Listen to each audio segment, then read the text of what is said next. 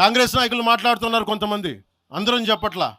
కొంతమంది నాయకులు కూర్చొని మాట్లాడుతూ ఉన్నారు, నువ్వు ఎలా తిరుగుతావు, రోడ్ల మీద చూస్తాం, నాలుకలకు వస్తాం, నాలుకలు చీరుస్తామంటే రండయ్యా బాబు మీకు నాలుకలు తీసి చూపిస్తాం మీకు కోసుకొని. అలాగే మీరు ఒకప్పుడు ఇలా మాట్లాడిన నాయకులందరూ రాజశేఖర రెడ్డి గారు తెలంగాణకి విభజనకి నేను వ్యతిరేకం నేను అన్న చెప్పిన వ్యక్తికి పక్కన ఉన్న కొమ్ము కాసిన వాళ్ళు వీళ్ళందరూ.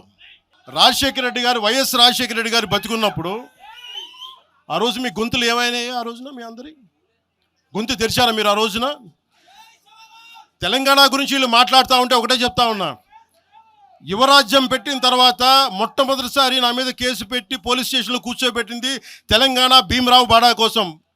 దానికోసం తెలంగాణ మీద మొదటి కేసు నాకు తెలంగాణలోనే పడింది.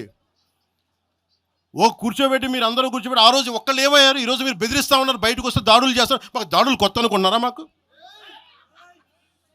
మీరు మహబూబ్ నగర్లో మన కాంగ్రెస్ నాయకులు కూలిస్తే స్టేజే కూల్చేశారు మీరు. మా కార్లు అడ్డం పెట్టి మా మీద దాడులు చేయడం, ఇవన్నీ తట్టుకొని ఇచ్చాం మేము. ఖమ్మంలో మీరు రాళ్ళు దాడులు చేశారు ఆ టైంలో అప్పుడున్న కాంగ్రెస్ ప్రభుత్వం. ఈరోజు మాకు కొత్త అనుకుంటున్నారా ఇవన్నీ? మీరు చేసే ఈ తాటాకు చప్పుళ్ళకి బెదిరేది కాదు జనసేన, గుర్తుపెట్టుకోండి.